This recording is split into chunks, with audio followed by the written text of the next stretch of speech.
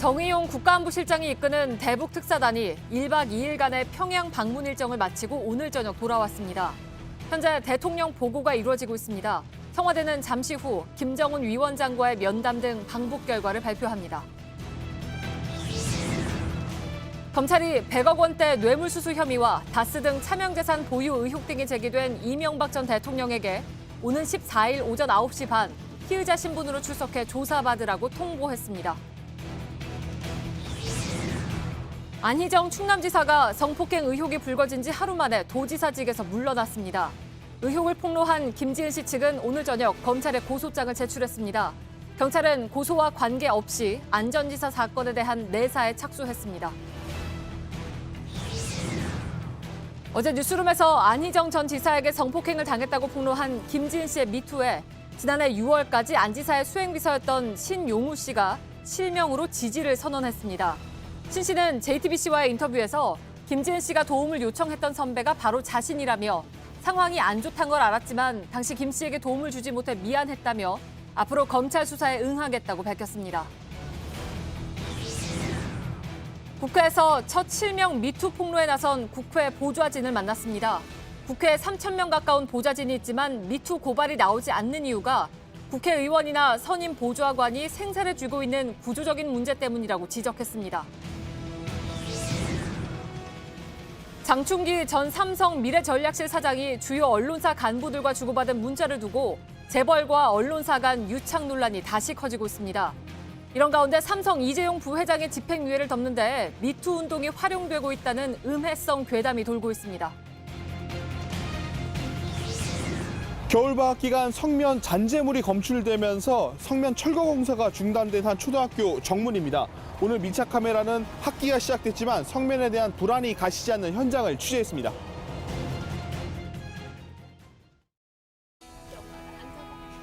마스크가 필요 없는 세상으로.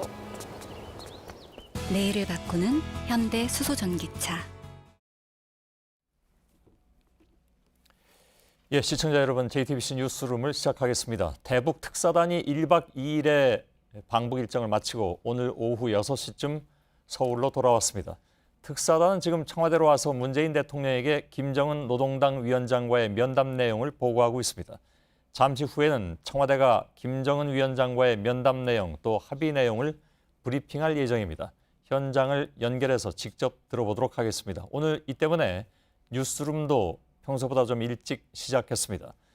자, 아직 공식 발표 이전입니다만 북한이 이전에 비해서 비핵화와 관련한 진전된 입장을 낸 것으로 일단 전해지고 있습니다. 특사단은 이번 주 중으로 워싱턴으로 가서 평양에서 주고받은 내용을 토대로 향후의 북미 대화 등에 관해서 논의할 계획입니다. 일단은 지금 북미 대화 재개를 위한 첫 단추는 꿰어졌다는 평가가 조심스럽게 나오고 있긴 합니다. 먼저 청와대 취재기자를 연결해서 어떤 발표가 나올지 지금 청와대 상황을 좀 알아보도록 하겠습니다. 자, 이성대 기자, 이제 몇 분 후면 특사단 수석을 맡았던 정의용 국가안보실장이 기자회견을 할 것으로 보이는데 지금 한창 내용을 준비 중에 있겠군요. 네, 그렇습니다. 잠시 후 저녁 8시에는 특사단을 이끌었던 정의용 국가안보실장이 이곳 춘추관에 와서 기자회견을 할 예정입니다. 앞서 특사단은 저녁 6시쯤에 성남 서울공항에 도착한 뒤에 곧바로 청와대로 와서 문 대통령에게 방북 결과를 보고했습니다. 또 사안이 중요하고 국민적 관심이 큰 만큼 대통령 보고 이후에 국민들에게 공식 브리핑을 하기로 한 겁니다. 예. 자, 8시에 발표할 예정이니까 이제 한 8분 정도가 남아있는 상황인데 곧 들어보면 알겠지만 김정은 위원장 면담과 관련해서 미리 나온 얘기는 아직까지는 좀 없을 것 같습니다. 어떻습니까? 그렇습니다. 아직 구체적인 내용이 전달되고 있지는 않지만 보다 진전된 합의가 있었다는 분위기는 감지되고 있습니다. 특사단의 면면이 좀 밝은 모습을 보였다 이런 얘기도 나오고 있고 특히 어젯밤 김정은 위원장과 만찬이 끝난 이후에 밤 11시 20분에 청와대로 상황 보고가 팩스로 들어온 뒤에는 추가로 오늘 중에 상황 보고는 들어오지 않았습니다. 다만 특사단이 가져간 위성 전화를 도청 등의 우려 때문에 사용하지 않고 암호화된 팩스로만 특사단과 상황 보고를 했기 때문에 이 상황만으로도 분위기가 좋았다라는 걸 판단했다는 게 얘기입니다. 특히 이 때문에 김의겸 대변인은 오늘 아침에 결과가 실망스럽지 않다며 일정 부분의 합의도 있었다고 브리핑을 했습니다. 또 오늘 2일차에는 특사단과 김영철 통일전선부 부장이 남은 실무 협의를 했기 때문에 남북 정상회담을 포함한 남북관계 개선 등에 대해서도 협의가 이루어졌을 걸로 보고 있습니다. 예. 자, 그렇게 해석하는 것은 아무래도 이제 방북하자마자 첫 일정으로 곧바로 김정은 위원장을 면담했기 때문으로 보여지기도 하는데 지금 두 가지에 대해서 협의에 포함된 것으로 보인다고 얘기했는데 합의가 이루어진 것으로 안다고 얘기했는데 하나는 북미 간 대화 여기에는 물론 비핵화가 전제가 되어 있습니다. 그 수준이 어느 정도일지 모르겠습니다만 그리고 남북 정상회담에 대해서도 협의에 포함이 됐다니까 두 가지 다 어느 정도의 진전이 있었다 이렇게 봐도 된다는 얘기입니까? 네, 그렇습니다. 청와대 측에서는 특사단이 올라가서 김정은 위원장에게 비핵화와 북미 대화를 위한 방법론을 설명했고 또 남북 정상회담 등 남북관계 개선에 대한 우리 측의 입장을 전달했다는 입장을 밝히고 있습니다. 예. 물론 이에 대해서 김정은 위원장이 어떤 입장을 내놨는지는 잠시 후 직접 들어봐야 되겠지만 어쨌든 청와대에서는 어제 일정이 시작하자마자 김정은 위원장과 면담한 것에 대해서 상당히 의미를 둬야 된다라는 이야기를 하면서 예. 한 청와대 관계자는 중국도 그렇지만 보통 사회주의 국가 같은 경우에 최고 지도자를 면담한다는 것은 나름의 선물이 있다는 걸로 해석할 수 있다라고 얘기를 했습니다. 자, 또 하나 어제 만남과 면찬이 4시간 넘게 이루어진 것이 조선노동당 본관 진달래관입니다. 여기는 남측 인사가 방문했던 적은 이번이 처음이라는 점에 의미가 있습니다. 예. 그래서 청와대 관계자는 이런 장소나 만남 시간 또 참석자 면면을 봤을 때 어제의 만남이 상당히 의미가 있었다, 나쁘지 않다 이렇게 지금 판단하고 있습니다. 예. 그 북한 노동신문이 공개한 면담 사진에 정의용 안보실장의 메모가 찍혔는데 어떤 내용이었습니까?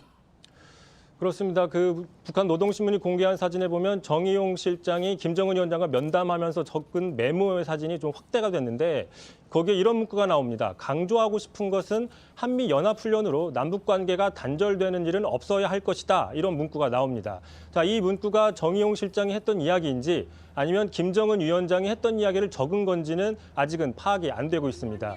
또 한 번의 결단으로 이런 고비를 넘어갈 것을 기대한다거나 새로운 명분이 필요하다 이런 식의 표현도 적어놨는데 자, 이런 거에 대한 자세한 의미는 잠시 후에 있을 브리핑에서 확인할 수 있을 걸로 보입니다. 예, 그렇습니다. 특히 처음에 얘기한 그 부분 연합훈련 때문에 남북 관계가 잘못돼서 안 된다 이런 내용이 김정은 위원장의 발언이라면 이건 좀 매우 중요한 의미인 것 같은데 그러나 그것이 아까 얘기한 대로 누구의 말을 메모한 것인지는 아직 알 수 없기 때문에 잠시 후면 어차피 다 나오겠습니다만 조금만 좀 시청자 여러분께서도 기다려 주시면 되겠습니다.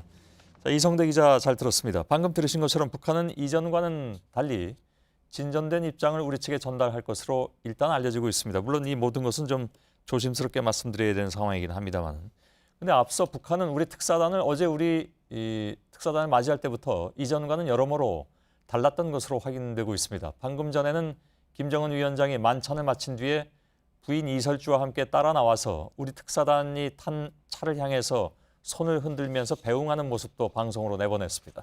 유선희 기자입니다. 김정은 위원장과 정의용 국가안보실장 등 우리 특사단이 마주 앉았습니다. 김 위원장이 손짓을 해가며 적극적으로 얘기를 하고 우리 특사단은 밝은 표정으로 듣습니다. 대북 특사단이 평양 순안공항에 내린 건 어제 오후 2시 50분. 그로부터 3시간 남짓 만에 성사된 김 위원장과의 면담은 이렇게 진행됐습니다. 과거 김정일 위원장이 정동영 통일부 장관이나 김만복 국정원장 등 우리 측 특사를 만날 때 마지막 날까지 시간을 끌었던 것과는 달라진 모습입니다. 면담에 이은 만찬에는 김정은의 부인 이설주도 동석했습니다. 만찬이 끝난 뒤에는 우리 측에 처음으로 개방한 조선노동당 건물 로비까지 따라 나와 함께 손을 흔들며 배웅하는 모습을 방송으로 내보내기도 했습니다. 전문가들은 북한이 국가정상 내외가 외교사절을 맞이하는 국가 관례를 자신들도 따른다는 점을 홍보한 걸로 분석합니다. 이설주의 동석은 파격적이다.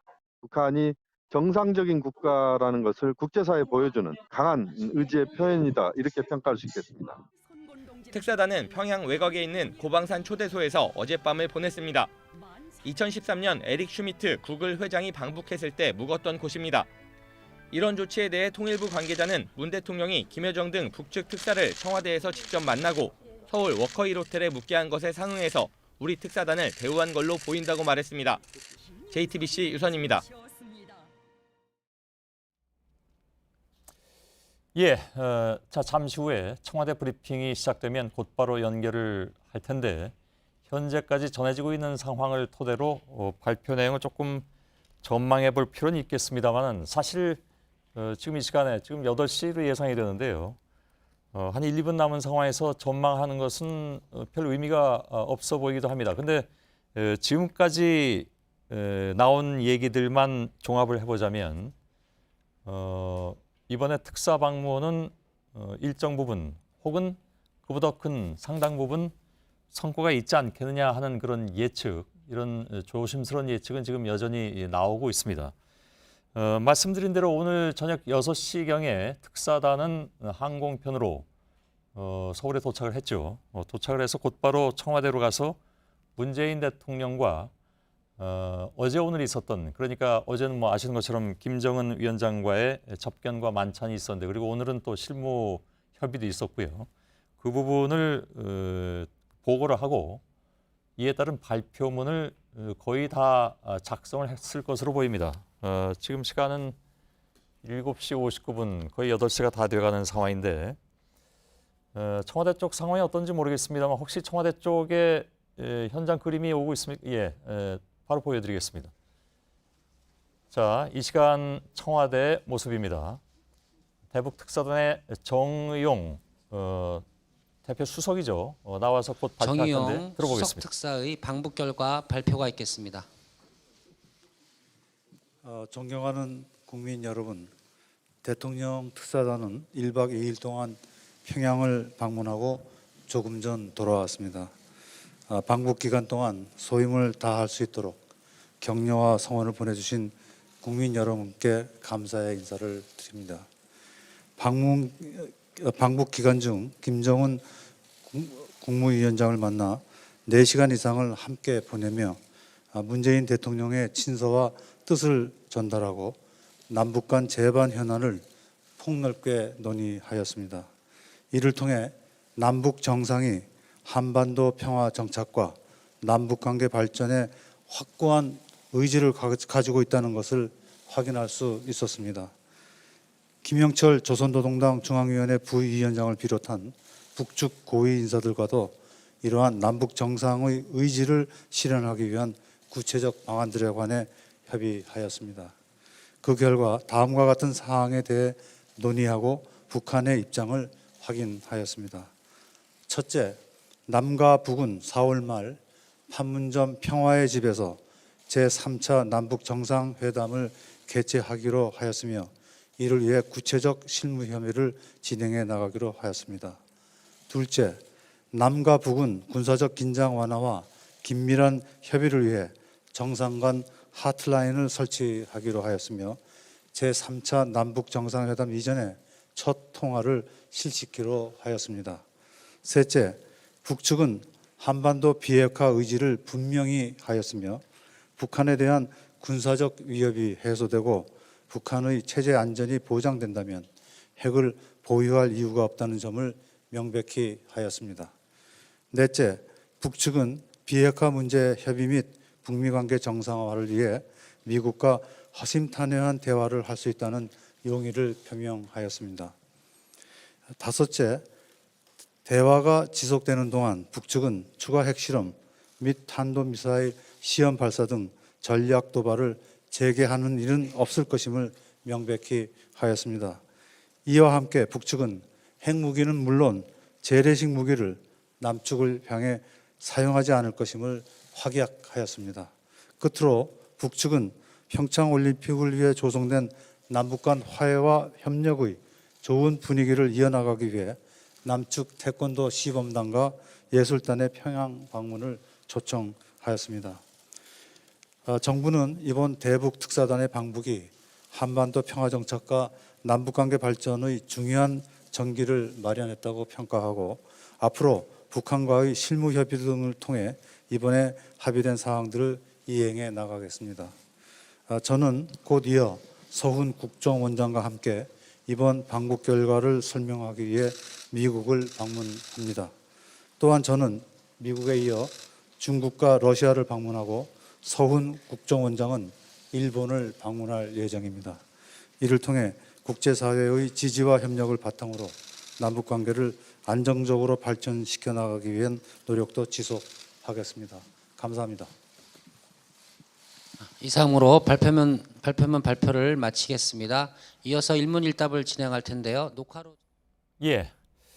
자, 지금 정우영 대표가 차분한 어조로 발표는 했습니다만은 내용은 예상을 뛰어넘는 그런 상황인 것 같습니다.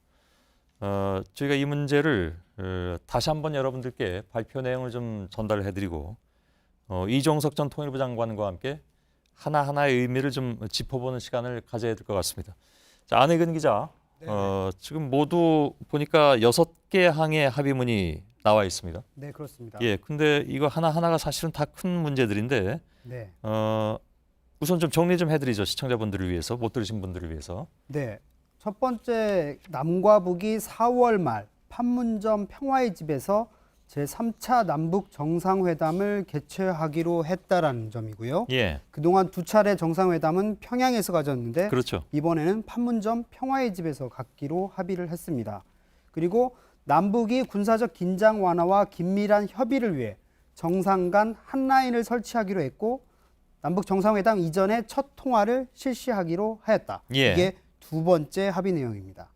그리고 세 번째, 북측이 한반도 비핵화 의지를 분명히 하였으며 북한에 대한 군사적 위협이 해소되고 북한의 체제 안전이 보장된다면 핵을 보유할 이유가 없다는 점을 명백히 하였다.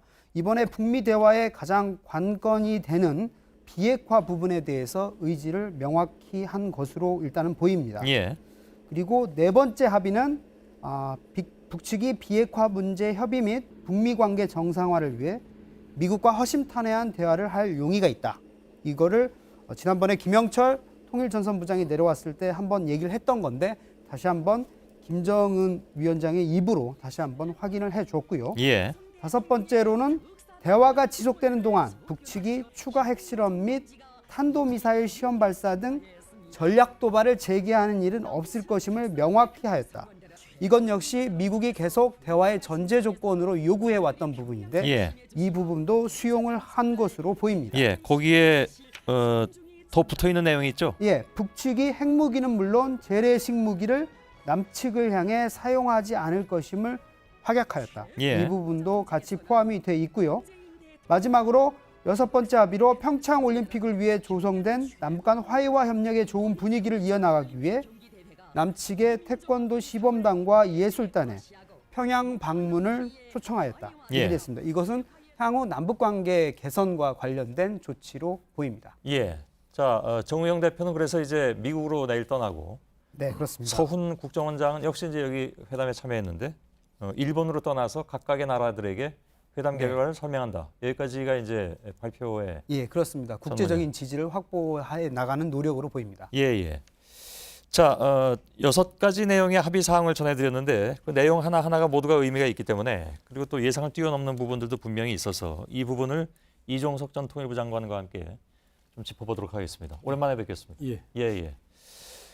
자, 그동안에 북한도 방문하셨고 이번 대북 특사들이 다녀와서 가지고 온 결과에 대해서 일단 총평을 하자면 어떻습니까? 예, 예상했던 것보다 훨씬 더 내용이 많고 또 굉장히 어떻게 보면은 그 한반도 평화 관련해서 상황 진전을 아주 앞당길 수 있는 그런 내용들이라고 봅니다. 그런 점에서 기대했던 것보다 상당히 그 웃도는 그런 여러 가지 결과물들을 가져왔다고 볼 수 있겠습니다. 남북 정상회담은 네. 사실은 이게 그 얘기는 됐지만 언제 될지 그에 대해서 이렇게 4월 말이라는 굉장히 빠른 시일 내에 열리게 될 것은 예상하지 못했는데. 예, 예상하지 못했습니다, 전혀. 예. 근데 아마 지금까지 지금 이제 문재인 대통령이 말씀하신 것이 이제 만나기 위한 만남을 하는 게 안 하겠다. 예. 또 김정은 위원장 스타일도 지금 그런 게 아니고 아주 그야말로 직설적으로 그러면 얘기를 해보자 내용 가지고 그러다 예. 보니까 평화의 집에서 만나는 거 아닙니까? 이 얘기가 뭐냐면 형식이 아니라 제가 볼 때는 결국 현안에 대해서 실제적인 논의를 해보자. 그래서 아마 문 대통령 생각도 이걸 받아들인 이유가 아예 이때 남북 관계만이 아니라 북핵 문제에 대해서도 이제 북핵 문제에 대해서 일단 북한이 일정한 이제 입장에 좀 진전된 내용을 보이지 않았습니까? 예. 요걸 갖다 바탕으로 해서 한번 더 좀 한 단계 치고 나갈 수 있는 그런 나름대로 계기를 만들어 보고 싶어서 예. 아마 이걸 받아들이지 않았을까 싶습니다. 예. 장소를 판문점으로 정한 것은 뭐 여러 가지 보안상의 이유라든가 이런 문제들이 당연히 고려가 됐겠죠. 그리고 그동안에 지속적으로 평양에서만 2번이 열렸기 때문에 다시 평양으로 가서 연다는 것은 정부도 조금 다시 생각해야 될 문제가 있었을 테고 서울에서 여자니 그건 또 여러 가지 보안상의 문제가 있을 것 같고. 예, 그런 것도 아마 고려를 했겠지만 제가 예. 볼 때 가장 크게 고려된 거는 그냥 이건 제 지금 저도 지금 들었으니까 판단을 한다면은 아마 형식이나 이런 것들은 다 버리고 예. 실제 내용에 대해서 논의하겠다. 이제 그런 생각이 좀 강했던 거 아닌가. 그러다 보니까 뭐 만나자마자 쉽게 말하면 남북 관계하고 북핵 문제 가지고 직접 한번 얘기를 해보자 이거죠. 다른 예. 얘기 필요 없고 아마 그런 식의 실제 내용을 갖고 한번 담판을 짓자는 것 같습니다. 예. 어떤 내용이 오갈지는 뭐 사전에 준비를 해야 될 것이고 또 하트라인을 바로 개설해서 통화를 한다고 하니까 거기서 상당 부분의 진전이 있을 것 같긴 합니다. 그러면 지금 예상하시기에 남북 정상이 만나서 의제는 무엇이 될 것이며 거기서 어느 정도의 합의가 도출될 것인가에 대해서 어떻게 예상하실 수 있을 것 같습니까? 일단 이번에 특사가 김정은 위원장을 만나서 이미 그 북한 핵 문제에 대해서는 일정한 정도의 조건부 비핵화 용의에 대해서 김정은 위원장의 엄명을 받았지 않습니까? 예.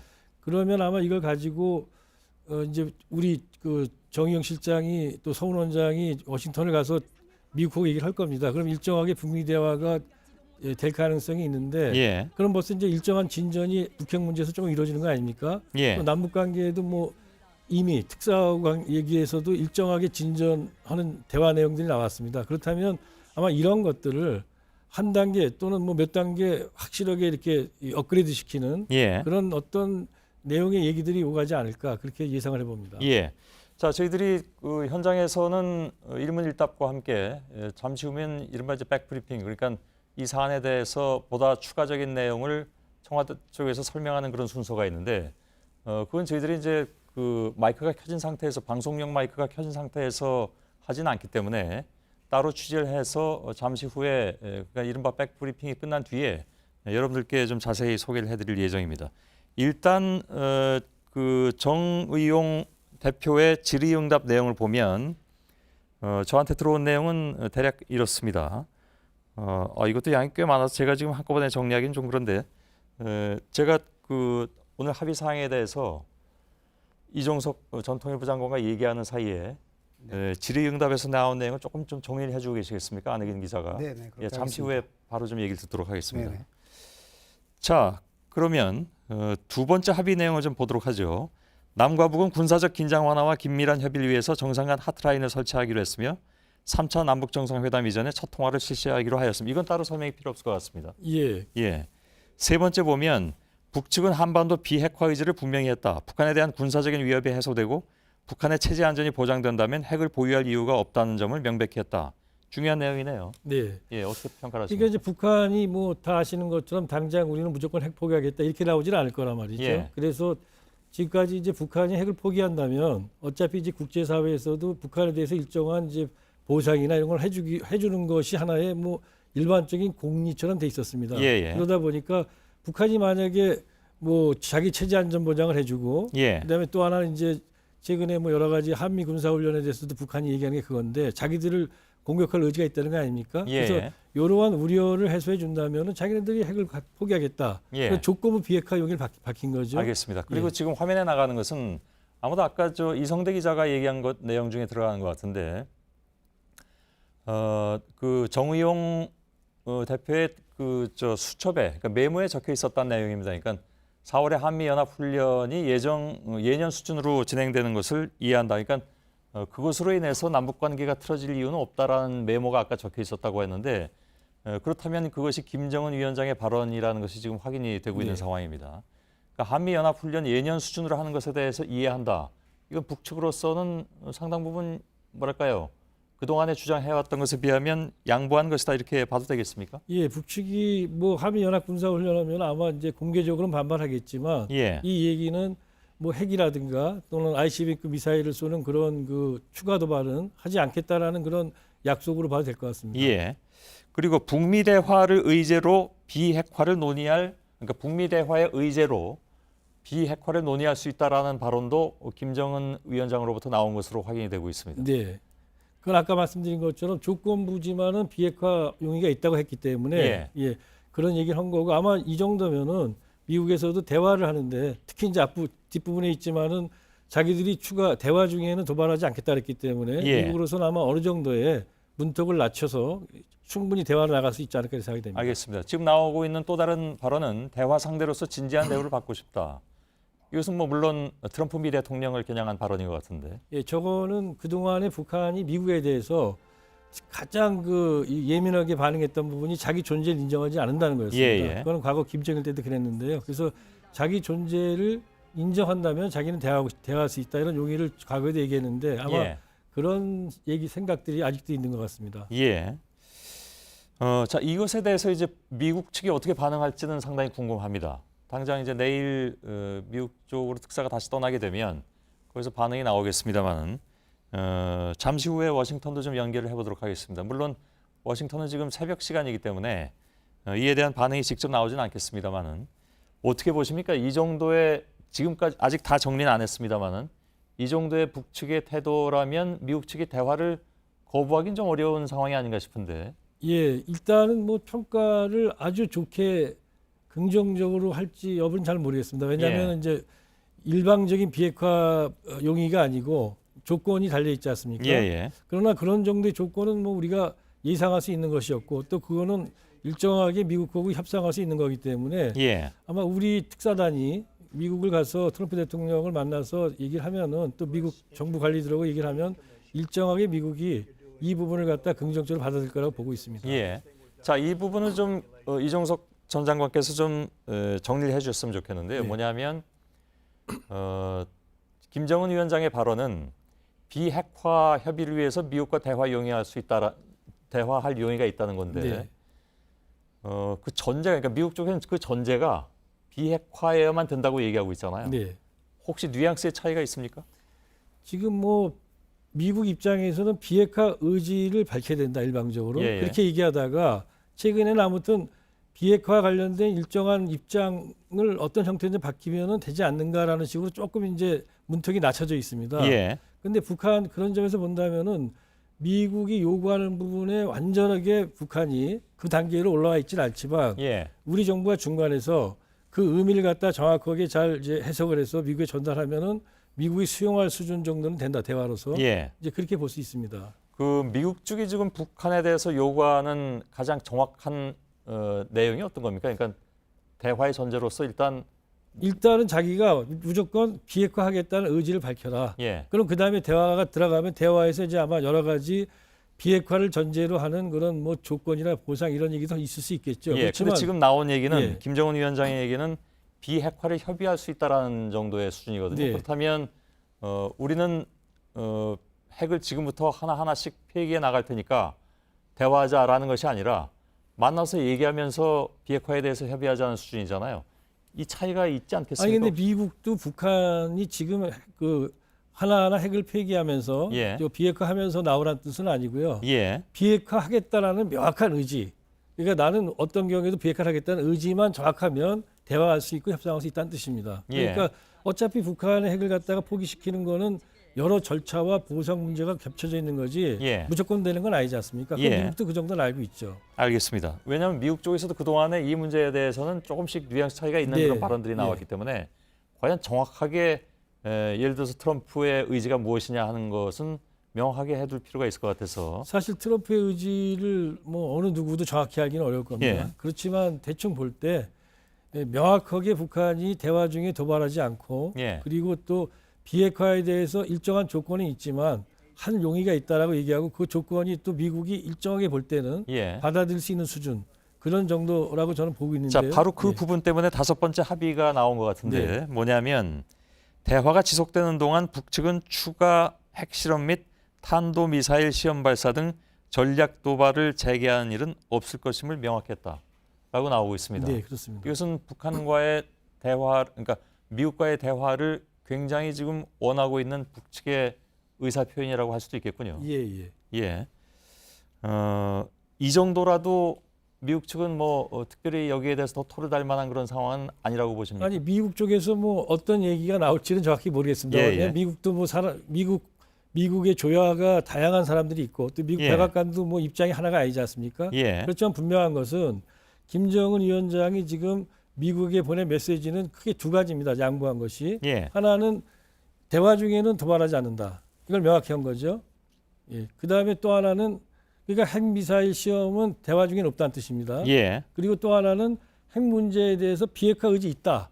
그런데 우리는 그냥은 아니고 이런 조건, 즉 미국이 우리 체제 안전 보장을 해줘야 되고 그다음에 우리에 대한 공격 위협을 하지 않아야지 우리가 비핵화할 수 있는 거 아니냐. 예. 이런 정도의 조건을 단 거죠. 그러나 아무튼 두 가지는 김정은 입에서 나온 일련의 변화라고 볼 수 있습니다. 예, 알겠습니다. 그리고 그 다음 것도 매우 중요해 보입니다. 남한 측에 사용하지 않겠다라는 얘기가 나왔습니다. 그러니까 핵무기는 물론 재래식 무기도. 그 얘기는 사실은 그동안에 북한이 계속 해왔던 얘기입니다. 그래서 예. 우리가 그 얘기에 대해서 그 얘기를 믿고 우리가 준비를 안 하거나 방어를 안 할 수 물론 없는 거 그렇죠. 아닙니까? 그래서 예. 그 얘기는 일종의 물론 북한 생각이 어떤지는 정확히 모르지만 계속 어떤 공식적인 공개적인 언명 수준에서 돼왔던 거기 때문에 제가 예. 볼 때는 물론 의미가 없는 건 아니지만 다른 거에 비한다면 일단은 이제 한번 의례적으로 한 얘기 정도로 보면 될 것 같습니다. 예, 알겠습니다. 여섯 번째 합의 내용은 특별히 설명이 필요 없을 것 같습니다. 네. 예술단 교환 문제니까요. 여기에서 예를 들면 이산가족 만남 문제라든가 하는 것은 오늘은 합의 내용에 들어가 있진 않은 것 같은데 분위기상으로 보자면 그에 대한 희망도 가져도 될 것 같고요. 근데 이제 여섯 번째 것도 중요한 것이 예, 남북 관계가 일정하게 이제 교류가 되고 진전이 되는 거 아닙니까? 예, 또 북미 대화나 북핵 문제도 이제 앞에 있는 조건 그 내용들에 의하면 일정하게 진전될 가능성이 있지 않습니까? 예, 바로 이런 진전이 전제가 되기 때문에 정상회담을 4월에 할 수 있다는 거죠. 예, 그리고 4월에는 이 진전된 내용들을 갖다가 한 번 더 크게 더 진전시켜 보겠다는 그런 뜻을 읽으면 될 것 같습니다. 예, 알겠습니다. 자, 이종석 전 통일부 장관의 설명을 대략 들었습니다. 이 내용은 저희들이 또 따로 정리해서 나중에 리포트를 해드려야 되겠습니다만은 지금 현장에서 들어오는 소식은 이른바 이제 백브리핑, 그러니까 이 사안과 관련해서 추가적으로 설명해야 될 부분은 다 현장에서 끝났습니다. 끝나고 지금 그 내용을 좀 정리 중에 있는데 정리되는 대로 저희들이 현장 바로 연결해서 말씀드리겠습니다. 그 전에 안의근 기자가 지금 옆에서 계속 지금까지 들어온 백브리핑 내용이라든가 아니면 질의응답 내용을 좀 정리를 했는데 중요한 부분을 좀 뽑아서 설명을 좀 해주시죠. 네, 아까 설명을 했듯이 연합 군사 훈련에 대해서는 우리 측에서 훈련 중단이나 재연기는 현실적으로 불가능하다라는 입장을 설명을 하려고 했으나 예, 김정은 위원장이 예년 수준으로 진행하는 것으로 이해한다라고 말을 했기 때문에 예, 별도로 설명할 필요가 없었다. 예, 네, 이런 얘기가 있었고요. 그다음에 왜 4월이냐라고 그 질문이 있었는데 예, 가급적 지난번에 김여정 특사가 내려왔을 때 가급적 조기의 개최가 바람직하다라는 입장을 밝혔는데 예, 그 입장의 연장선상에서 일정을 조율하다 보니 4월 말이 됐다. 이런 설명이 좀 있었고요. 예, 그다음에 구체적으로 김정은 위원장의 언급은 아니었지만 비핵화는 선대의 유운이고 그렇기 때문에 그리고 미북 관계, 북미 관계의 정상화를 논의할 용의가 있다. 이런 부분도 그러니까 선대의 유운에 변화가 없다. 이런 입장을 김정은 위원장이 설명을 했다고 합니다. 예. 이건 김정은 위원장의 구체적인 워딩은 아닌데 정의용 특사가 그렇게 설명을 했습니다. 예, 그리고 아까 말씀하셨듯이 군사적 위협이 해소되고 북한의 체제 안정이 보장된다면 핵을 보유할 이유가 없다라고 하면서 비핵화에 대한 의지를 다시 한번 밝혔고요. 예, 그리고 문 대통령이 여기에 대해서 어떤 반응을 보였느냐라는 질문도 있었는데 이 부분에 대해서 성의 있게 이행을 하라 이렇게 문 대통령이 지시했다라는 설명도 있었습니다. 예, 알겠습니다. 이종석 장관님께 다시 한 가지만 더 질문 드리겠습니다. 안희근 기자도 답변해도 상관없고요. 지금 4월에 정상회담이 있습니다. 4월 예, 말에. 예. 이건 약속한 거니까 이제 이행이 되겠죠. 근데 4월에 연합훈련 기간하고 안 겹치게 하겠죠, 물론.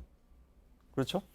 연합훈련이 있습니다. 그때. 예, 아마 연합훈련 기간은 조금 이제 기간은 조금 단축될 것 같습니다. 예상해 보면. 그거는 쉽게 예측하기는 좀 어려운 문제이긴 한데. 뭐 내용을 다 담더라도 기간 단축이라는 것이 내용이 뭐 다 그 안에 있더라도 그건 크게 어려운 게 아닐 거기 때문에 당연히 아마 한미연합군사훈련을 그 시기에까지 하지는 않을 거라고 다만 그 생각이 두 가지 큰 이벤트가 겹치는 건 좀 의외이기도 합니다. 네. 정상회담과 연합훈련이 같은 달에 있다는 것은.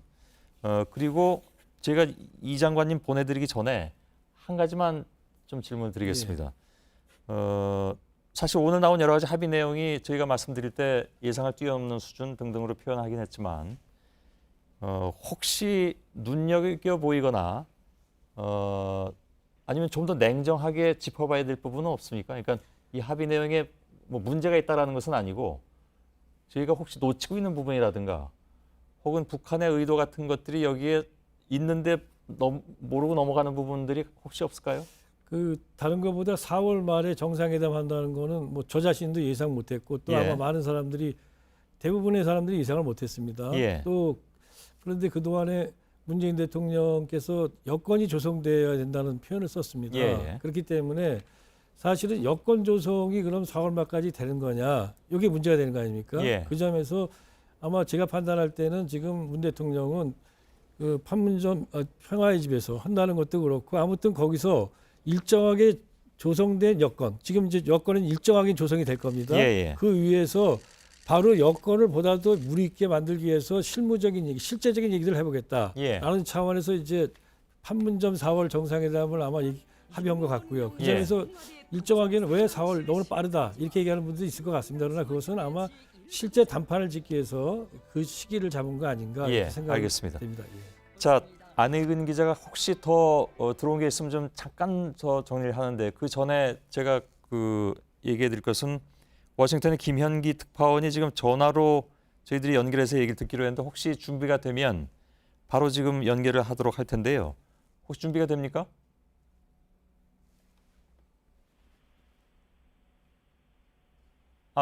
준비가 됐다고 합니다.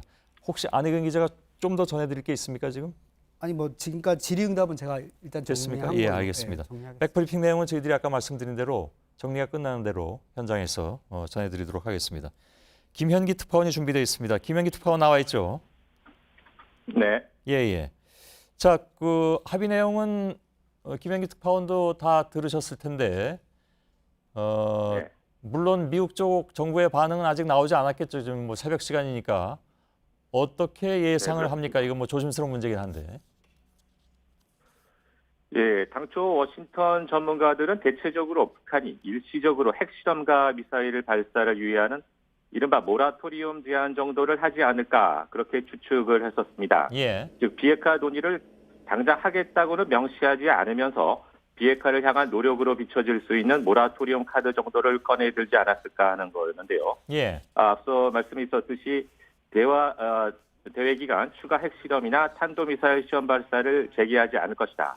그리고 한미 연합군사훈련이 4월부터 예년 수준으로 진행된다면 이해할 것이다. 또한 한반도 정세가 안정기에 진입하면 한미 훈련이 조절될 것이다. 이런 얘기들은 예상과 다른 결과일 수 있습니다. 따라서 미국 입장에서도 당장 북미 대화에 나설 경우 북한에 대한 인센티브, 즉 정전 체제의 변화와 경제 지원 등 당근에 대한 고민이 본격화할 수 있을 것으로 예상됩니다. 그 저희가 알기로는 이번에 특사단이 북한에 가서 접견도 하고 또 만찬도 하고 그 모든 과정이 물론 실시간으로 우리 청와대에도 보고가 됐지만 미국 쪽에서도 실시간으로 이 내용을 얘기를 듣고 있었다라는 얘기가 있습니다. 그것은 무슨 얘기냐 하면 이번에 모든 그 접견이나 만찬 그 밖의 회담 과정이 미국 쪽에서도 일정 부분 혹은 그 이상 공유를 하고 있었다는 얘기가 되는데 그렇다면 이제 내일 정우영 국가안보실장이 당장 이제 미국으로 떠나는데 미국과의 얘기는 사실은 상당 부분 처음 하는 것이 아니라 다 알고 있는 정보를 토대로 얘기하게 되는 거 아니겠습니까? 그러면 미국의 입장도 금방 나올 수 있을 것 같은데 어떻게 봅니까? 예, 미국과는 긴밀한 협조가 이루어졌던 것이 확실시돼 보입니다. 예. 다만 구체적인 내용까지는 한국이 미국 쪽에 전달했는지는 아직 확인되지 않고 있습니다. 예. 따라서 일단은 한국 특사단이 8일 어떤 보따리를 갖고 올지 좀 지켜보겠다는 입장입니다. 앞서 설명이 있었듯이 미국으로서 대화를 거부한다는 인상을 주지 않으면서도 비핵화라는 원칙을 강조하는 모양을 취하고 있습니다. 예. 따라서 북한이 한반도 비핵화 의지를 확실히 밝힌 점에 대해서도 백악관은 그 조건을 심도 있게 분석할 것으로 보입니다. 예. 아까 설명도 있었습니다만 미국 내에서는 백악관의 입장 그리고 국무부의 입장이 서로 어긋나는 부분들이 상당합니다. 따라서 미국의 입장이 하나로 조율이 될지는 아직 미지수입니다. 예, 알겠습니다. 자, 뭐 아직까지는 모든 것이 조심스럽기는 한데 가지고 들어온 합의 내용을 가지고 우리 정부도 뭐 이제 오늘 오후에 받은 거기 때문에 꼼꼼히 또 체크를 하고 여기 어떤 뭐 문제점은 없는가를 또 잘 살펴보겠죠. 그건 미국과도 마찬가지가 될 것 같습니다. 그래서 나온 결론이 어떻게 될지는 좀 지켜보도록 해야 될 것 같군요. 백브리핑 정리 소식은 아직 안 들어오고 있는데 들어온 대로 바로 전해드리겠습니다. 이정석 장관님 고맙습니다. 예, 안혜경 기자 수고했습니다. 자, 다음 소식으로 넘어가겠습니다. 검찰이 이명박 전 대통령에게 다음 주 수요일인 14일 오전에 검찰청에 나와서 조사를 받으라고 통보했습니다. 이 전 대통령은 뇌물수수와 직권남용 등 10개에 달하는 혐의에 대해서 피의자 신분으로 출석하게 됐습니다. 서울중앙지검에 나가 있는 이승필 기자 연결되어 있습니다. 자, 이승필 기자, 예상대로 다음 주로 소환 일정이 잡혔습니다. 조사 8일 전에 통보한 건데 과거에 예로 보자면 시간 여유를 좀 더 준 셈이군요. 어떻게 봅니까? 네, 검찰은 이명박 전 대통령에게 오는 14일 오전 9시 30분에 피의자 신분으로 조사받으러 나오라고 통보했습니다. 검찰 관계자는 실체적 진실을 투명하게 밝히기 위해서 이 전 대통령 조사가 반드시 필요하다고 강조했습니다. 검찰은 1년 전 박근혜 전 대통령을 조사할 때는 6일 전에 소환 통보를 했습니다. 이번엔 이틀 더 앞선 8일 전에 소환 통보를 한 건데 이 전 대통령 측에서 준비 시간이 필요하다는 주장을 할 수 있어서 이를 사전에 차단하기 위한 거란 분석이 나옵니다. 예, 전직 대통령 소환인 만큼 이제 누가 어떻게 조사를 할 것인가 이것도 관심사인데 확인되는 바가 있습니까? 네, 검찰 관계자는 아직 일주일 정도가 남아있다면서 그 부분에 대해서는 언급을 피했습니다. 검찰은 일단 삼성의 다스 소송비 대납과 이팔성 전 우리금융지주 회장의 뇌물 등 100억 원대에 달하는 뇌물수수 혐의의 사실관계를 파악하기 위한 질문에 만반의 준비를 할 계획입니다. 예. 또 이 전 대통령은 수백억 원대로 의심되는 다스 비자금 조성, 그리고 아들 시영 씨에게 회사를 편법으로 물려주려 했다는 것과 관련해서 배임과 횡령 혐의 등도 받고 있습니다. 검찰은 이 전 대통령을 여러 번 불러서 조사하지 않고 이번 소환 조사에서 이러한 모든 혐의에 대해서 조사할 계획입니다. 예, 알겠습니다. 이승필 기자가 서울중앙지검에서 전해드렸습니다. 한 가지만 짧게 답변해 주시죠. 이명박 전 대통령 쪽에서 14일 소환에 대해서 다른 의견을 가지고 있는 것 같은데 그 조정이 혹시 됐습니까? 지금 양측에서 소환 일정과 관련해서 논의가 진행 중인 것으로 알려지고 있습니다. 예. 하지만 검찰은 일단은 시간을 충분하게 주기 위해서 이번 소환 통보 일정을 잡았다는 입장이기 때문에 소환 일정을 잡는 데 있어서는 아직까지는 좀 더 검토가 필요하다는 입장인 것으로 알려졌습니다. 뭐가 검토가 필요합니까? 그러니까 검찰 입장은 시간 충분히 줬으니까 14일에 나오라는 것이고 이명박 전 대통령은 날짜 조정을 하자는 입장인 것 같은데 검찰에서는 그거 안 받아들인다고 하지 않았습니까? 네, 지금은 그 논의가 진행되고 있어서 아직 확실하게 답이 내려지지 않은 상황입니다. 예, 일단 14일로 검찰의 통보는 했다. 입장은 이 전 대통령 그리고 시간을 우리는 충분히 줬다. 이게 예. 지금까지 나온 검찰의 입장입니다. 알겠습니다. 이승필 기자였습니다. 이런 검찰의 소환 통보에 대해서 이 전 대통령 측은 응하겠다는 입장을 밝혔습니다. 소환 자체는 응하겠다는 것인데 말씀드린 대로 소환 날짜와 관련해선 협의를 하고 싶다는 뜻을 내비쳤다고 하죠. 이선화 기자입니다. 이명박 전 대통령은 검찰 소환 일정이 공개된 오늘도 대치동 사무실에 나타나지 않았습니다. 대신 일부 참모들만 모여 대책을 논의했습니다. 나중에 말씀드릴 기회가 있을 겁니다. 앞서 이 전 대통령 측은 비서실 명의로 입장문을 내고 소환에 응하겠다고 밝혔습니다. 다만 조사 날짜에 대해선 협의가 필요하다고 덧붙였습니다. 하지만 한 참모는 이에 대해서도 검찰의 통보가 일방적으로 온 만큼 변호인단과 상의해보겠다는 뜻이라며 일부러 출석을 늦추거나 하진 않을 것이라고 말했습니다. 이런 가운데 자유한국당은 이 전 대통령 소환 일정에 대해 언급 자체를 자제했습니다. 홍준표 대표는 기자들이 검찰 발표에 대한 입장을 묻자 이 전 대통령은 탈당한 분이라며 우리 당과는 상관없다고 답했습니다. JTBC 이선아입니다. 이제 소환 일정이 나오면서 이 전 대통령을 방어할 변호인단에도 관심이 쏠리고 있습니다. 이 전 대통령 측은 대형 로펌 대신 MB정부 출신 법조인들로 일종의 새 로펌을 만드는 쪽을 택했습니다. 곧 출범할 MB 맞춤형 로펌 사무실에 임소라 기자가 다녀왔습니다. 이명박 전 대통령이 매주 참모진들과 회의를 갖는 대치동 사무실 앞입니다. 여기서 변호인단 사무실까지 얼마나 걸리는지 직접 걸어가 보겠습니다. 네, 변호인단은 이 건물 4층에 최근 새롭게 사무실을 꾸렸습니다. 위치부터 맞춤형인 로펌 사무실은 아직 간판도 걸지 못한 상태로 막 내부 공사만 마쳤습니다. 여기가 그 이명박 전 대통령 변호인단 사무실 맞습니까? 언제쯤 혹시 뵐 수 있을까요? 오늘은 안 들어오세요? 오늘은 지금 법원에 가 있으셔가지고. 지난 2일 법무법인 열림이란 이름으로 등록 서류를 제출한 이 로펌엔 정동기 전 민정수석과 강훈 전 법무비서관 등 MB정부 인사들이 참여하고 있습니다. 대형 로펌에 다니다 퇴사를 한 뒤 새로 로펌을 세워 이 전 대통령 소환 준비에 돌입한 겁니다. 그럼 이 전 대통령이 막강한 방어력을 자랑하는 대형 로펌에 사건을 수임하지 않는 이유는 뭘까? 이를 두곤 해석이 분분합니다. 대형 로펌이 느끼게 될 수 있는 어떤 정치적 부담이 있을 수도 있는 거고, 수임료 또는 소송 편의를 충분히 제공하기 위해서 특화된 로펌을 설립한 것으로 보입니다. 그러나 측근 법조인들만 데리고 이미 100억 원대까지 커진 비리 의혹에 대해 검찰과 법리 공방을 벌이기엔 역부족일 것이란 전망도 나옵니다. JTBC 임소라입니다. 앞서 전해드린 것처럼 이 전 대통령의 뇌물죄 혐의에 대한 금액은 이미 100억 원을 넘어섰습니다. 그런데 JTBC 취재 결과 검찰은 이 전 대통령이 중견기업 회장으로부터 수억 원을 받은 정황을 새롭게 포착한 것으로 확인됐습니다. 이 돈은 이 전 대통령의 재산관리인이 맡고 있었고 이 전 대통령은 이 돈을 개인적인 용도로 썼다는 것이 검찰의 판단입니다. 한민용 기자의 보도입니다. 검찰은 A사 회장 손모 씨가 2007년 대선 직전 이명박 전 대통령 측에 2억 원을 건넨 정황을 포착했습니다. A사는 공장을 건설할 때 바닥 시공 등을 주된 사업으로 하는 중견 기업입니다.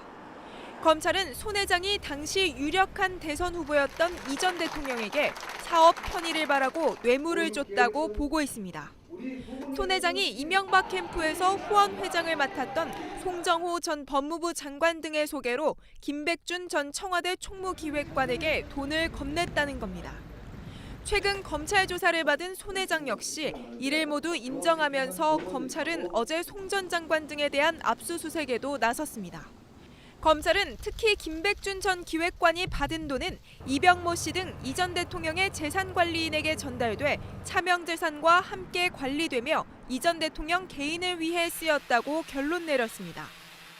검찰은 조만간 송 전 장관 등을 불러 손 회장 외에 추가로 돈을 건네받은 인물은 없는지 등을 집중 추궁할 방침입니다.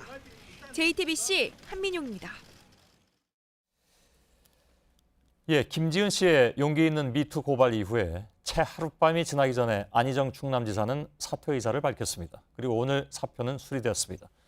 그리고 이제는 안희정 전 지사의 성폭행 혐의에 대한 수사가 시작됐습니다. 정확하게는 내사죠.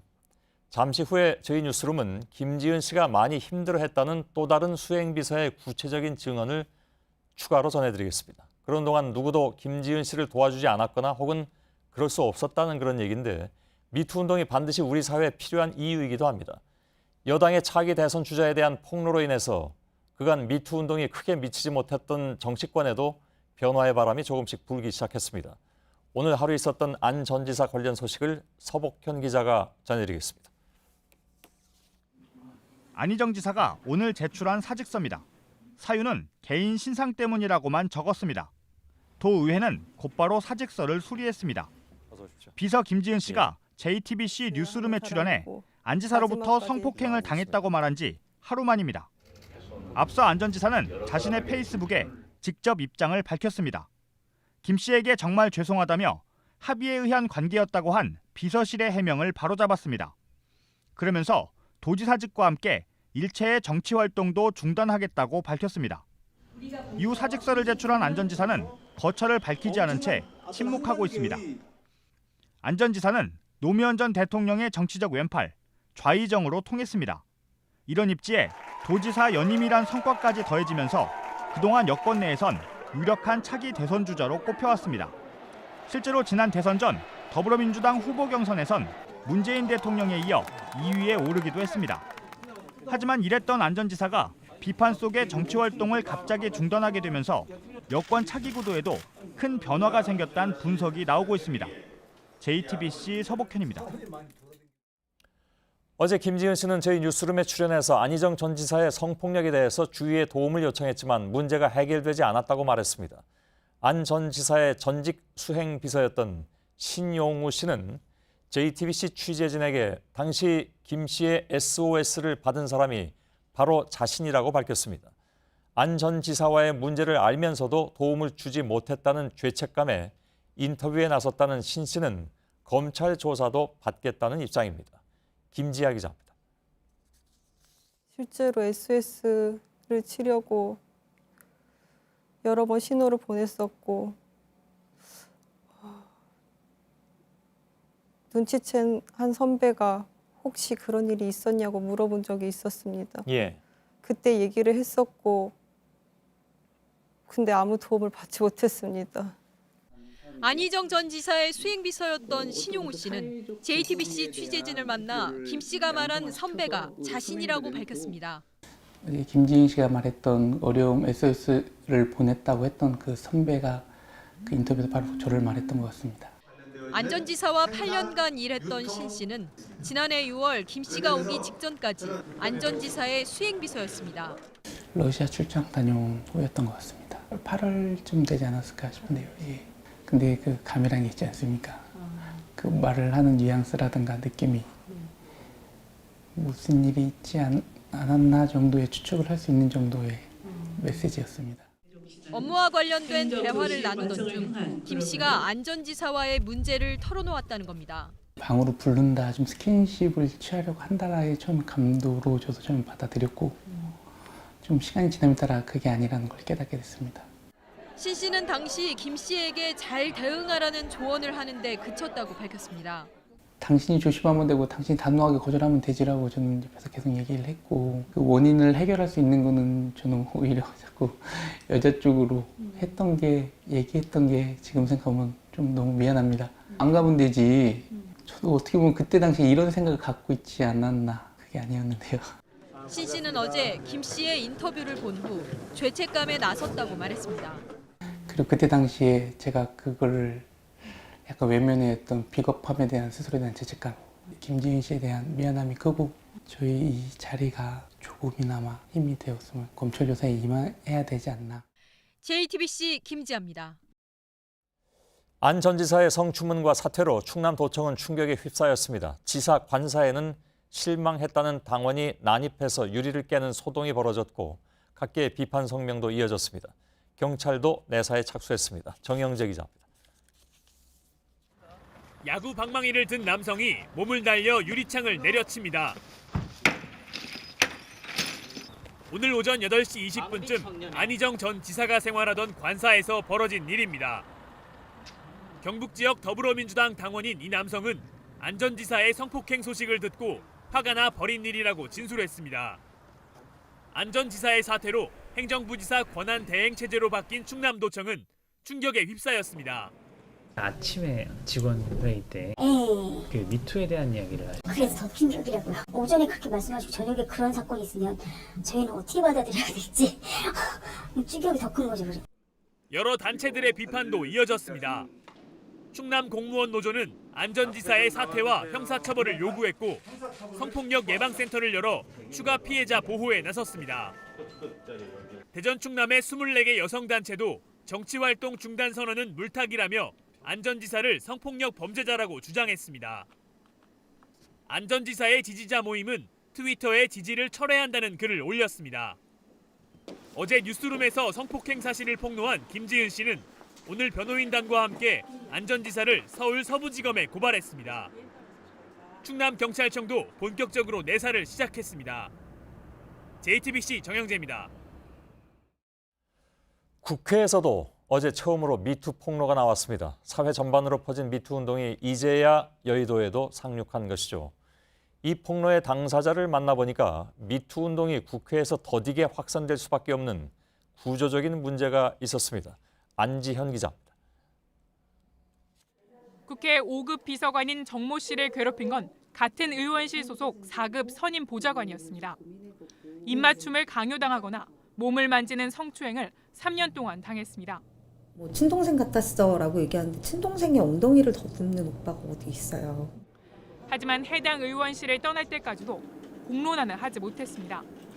공개적 대응은 곧 생계의 위협을 의미했기 때문입니다. 항의를 했을 때 가해자가 멈추지 않으면 사실 방법이 없는 거예요. 제가 법적 조치를 취하겠다, 이건 사무실을 나가겠다는 것과 같은 거고, 그럼 일단 생계의 문제가 생긴다는 것과 이어지는 문제이기 때문에 직전에 보좌했던 의원이나 상급자였던 보좌관이 나쁜 평판을 퍼뜨리면 다른 의원실에 자리 잡지 못하고 국회를 떠나야 하는 게 여의도의 생리입니다. 이러다 보니 피해자가 많은데도 국회에선 미투 운동이 확산되지 못하고 있다는 게 정 비서관의 주장입니다. 반복적으로 성적인 농담이나 신체 접촉을 해온다거나 많이 듣는 편이에요. 근데 그걸 적극적으로 해결을 했다라는 사례는 사실 접하기가 어렵죠. 실제로 정 비서관의 폭로 이후 국회 보좌진 임명 게시판엔 의원에 의한 성폭력 제보글이 올라오기도 했지만 역시 실명 공개로 이어지진 못하고 있습니다.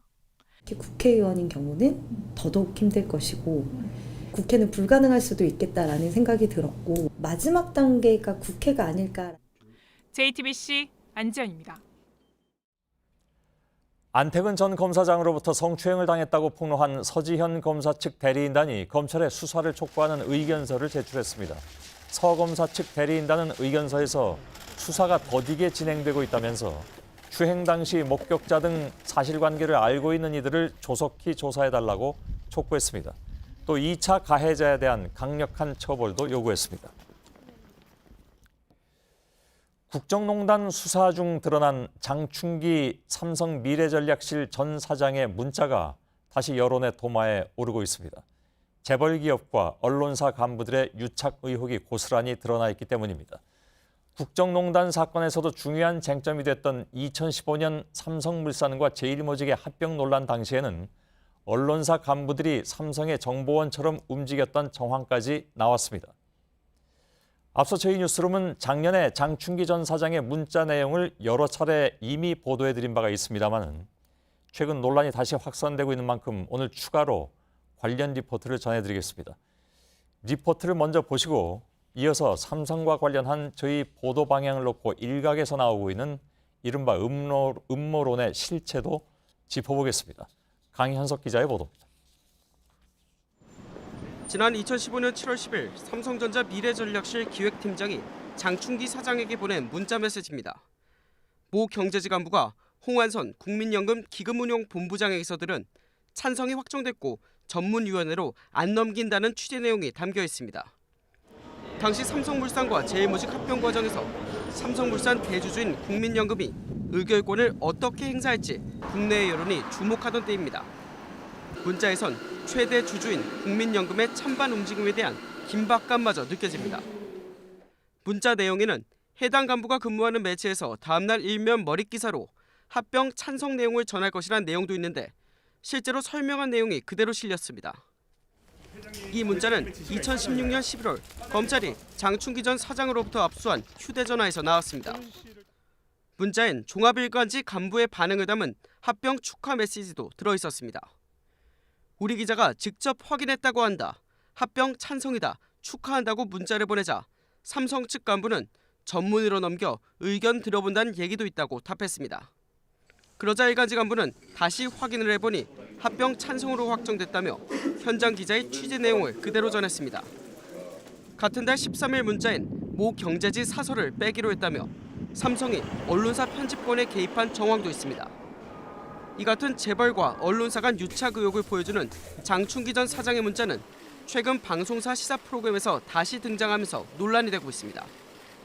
이런 가운데 일각에선 장 전 사장의 문자에 대한 보도 여부와 미투 보도를 놓고 삼성이나 이재용 부회장과 관련된 의혹을 덮으려 하는 것 아니냐는 근거 없는 괴담도 나오고 있습니다. JTBC 강혜석입니다. 예, 저희 JTBC는 서지현 검사의 폭로를 시작으로 사회 곳곳으로 번지고 있는 미투 운동을 연속 보도해드리고 있습니다. 그런데 최근에 이 보도의 의미를 폄훼하는 움직임이 나타나고 있는 것이죠. 특히 삼성과 관련해서 이재용 부회장 집행유예 판결과 관련한 논란을 덮는데 미투 운동이 활용되고 있다는 음해성 괴담까지 돌고 있습니다. 또 앞서 보신 장충기 전 삼성 사장과 언론사 간의 유착 문자에 대해서도 적극 보도하지 않는다는, 그래서 JTBC가 삼성을 봐주는 것이 아니냐 하는 근거 없는 주장들이 나오고 있습니다. 결론부터 말씀드리면 다 틀렸습니다. 법조팀 취재기자와 관련 내용을 하나하나 짚어드리도록 하겠습니다. 심수미 기자가 나와 있습니다. 장충기 전 사장의 문자가 다시 논란이 된 계기, 이건 지난 4일에 MBC 시사 프로그램 스트레이트인가요? 네. 여기 이제 방송 때문인데, 물론 거기서 JTBC를 음성으로 언급하진 않았으나 그 문자, 그러니까 장충기 전 사장의 문자 내용에 이인용 전 사장인가요? 네. 그 문자 내용에 어딥니까, 저 공중 방송사 세 군데, KBS, MBC, SBS 하고 거기에 JTBC까지 붙여가지고 마치 동일 다 얻어낸 것처럼 그렇게 나갔단 말이죠. 그러니까 음성은 안 나갔지만 문자는 그렇게 화면에 나갔습니다. 그 이후에 여러 가지 얘기들이 저희를 둘러싸고 나오고 있고 등등. 그런데 우선 이 국정농단 과정에서 장충기 전 사장의 문자 문제는 이미 저희들이 수차례 보도해드리지 않았습니까? 예, 그 장충기 전 사장의 문자는 지난해 3월 한겨레 신문이 처음으로 보도를 했고 그 이후로 언론의 주목을 끌었습니다. 예. 저희는 국정농단 수사의 스모킹건으로 평가받는 이 태블릿 PC 보도의 주체였던 만큼 당시 삼성 수사 상황도 적극적으로 보도를 하고 있었는데요. 예. 일단 이 부회장 재판에서 처음 이 문자가 공개가 된 게 지난해 7월입니다. 이때 저희는 이 문자를 인용해서 보도를 했고요. 예. 또 이후 8월에는 주간지 시사인이 장 전 사장의 휴대전화 문자 메시지를 대거 입수해서 연속 보도를 했습니다. 예. 이때 저희 JTBC는 시사인을 인용해서 이 언론사 간부가 장 전 사장에게 좋은 지면으로 보답하겠다고 말하는 등 그 유착 정황을 전해드린 바가 있습니다. 예. 그런데 지난 4일 MBC 시사 프로그램 스트레이트에서 이 앞서 시사인에서 기사화하지 않았던 내용, 즉 지상파 3사가 제일모직 상장을 다루지 않겠다고 한다는 내용이 추가로 공개를 하면서 이 논란이 재점화가 된 겁니다. 예. 근데 바로 그 제일모직 상장과 관련해서 문자에 JTBC도 등장을 해서 아무튼 이 얘기가 처음으로 나오기 시작했습니다. 그렇습니다. 예. 이 해당 문자 내용은 이렇습니다. KBS, MBC, SBS 모두 다루지 않겠다고 한다. 종편은 JTBC가 신경이 쓰여서 대표에게 말했는데 걱정하지 않아도 된다고 했다는 내용입니다. 예. 이 부분에 대해선 저희가 보도자료를 내고 입장을 밝혔지만 걱정하지 않아도 된다는 말은 사실관계에 어긋나는 일은 없다는 원론적인 답변일 뿐입니다. 예. 또 삼성과의 대화 내용이 보도 책임자인 보도 담당 사장에게까지 전달되지도 않았고요. 또 실제 저희는 2014년 11월부터 세 차례에 걸쳐 상장의 최대 수혜자는 삼성과 삼남매라는 취지의 비판적인 보도를 이어갔습니다. 예. MBC 스트레이트 제작진 역시 페이스북을 통해서 시청자 여러분의 오해가 없게 이 같은 사실을 알려드린다면서 JTBC의 관련 보도 사실을 공표했습니다. 예. 실제로 상장의 최대 수혜자는 삼성과 삼남매라는 비판적 보도에는 어떤 내용이 들어가 있었냐 하면 그 세 가지 보도를 해드렸는데 그중에 두 차례에 이것이 그 후계 승계 문제와 관련돼 있을 수 있다라는 의혹, 이것도 전문가 얘기를 들어가면서까지 적시해서 보도해드린 바가 있습니다. 그런데 안 했다고 얘기하는 것은 이건 너무 사실과 다른 얘기가 아니냐 하는 것이 저희들의 생각이기도 합니다. 삼성과 관련해서 심지어 이제 이재용 부회장의 집행유예 이후에 비판 여론이 확산될까 봐 이걸 잠재우기 위해서 미투 보도를 시작했다. 이건 좀 너무 좀 얼토당토하기도 하는데 아무튼 그런 얘기도 돌고 있다고 들었습니다. 저희 뉴스룸을 지속적으로 보셨던 분들은 누구보다 잘 아실 겁니다. 예. 저희 취재진은 국정농단 시작부터 최근까지 이재용 부회장 보도를 적극적으로 또 비판적으로 다뤄왔습니다. 특히 삼성 뇌물액 상당수를 차지하는 승마 지원금 그 핵심 수혜자인 정유라 씨를 덴마크 현지 경찰에 신고해서 국내 송환까지 이뤄낸 언론사가 바로 JTBC였습니다. 예. 또 뇌물죄의 결정적 증거가 됐던 것이 바로 이 부회장과 이 박 전 대통령과의 독대 자리였는데요. 이 자리에서 승마 심지어 정유라 씨의 이름을 언급하며 지원 논의가 있었던 정황을 이 박영수 특검 수사 과정 내내 안종범 전 수석의 수첩 등을 근거로 보도를 해왔습니다. 예. 다른 얘기는 생략하겠습니다. 예를 들면 뭐 노조 관련 문건을 저희들이 보도를 했다라든가 하는 얘기들은 이미 저희 시청자분들은 다 아시고 계신 내용이기 때문에 다 생략을 하겠습니다. 다만 최근 들어서 이렇게 불거지고 있는 문제들에 대해서만 일단 말씀드렸고 또 한 가지 이건희 회장의 차명 계좌 의혹 이건 뭐 저희들 단독이란 그 표현을 안 쓰기로 했다고 이미 공표를 했습니다마는 작년 12월에 국세청 고발로 공식 수사로 전환된 사실을 저희들이 보도해드린 바가 있죠. 네, 그렇습니다. 그 말고도 또 경찰이 새로운 의심 계좌를 발견했다라는 내용도 단독 보도를 한 바 있습니다. 예, 알겠습니다. 이 정도로 정리하도록 하겠습니다. 심수미 기자였습니다. 자, 다시 청와대로 잠깐 취재 기자를 연결하겠습니다. 앞서 말씀드린 대로 정우영 국가안보실장의 공개 브리핑에 이어서 했던 백브리핑, 그러니까 추가 설명 내용을 좀 알아보도록 하겠습니다. 이성대 기자가 지금 청와대에 남아 있습니다. 이성대 기자, 백브리핑 내용에 앞서서 다시 한번 면담 결과 내용, 발표 내용 짤막하게 좀 정리를 해주죠. 핵심만. 네, 그렇습니다. 간단하게 요약을 하면 첫째, 4월 말에 판문점 평화의 집에서 제3차 남북 정상회담을 개최한다.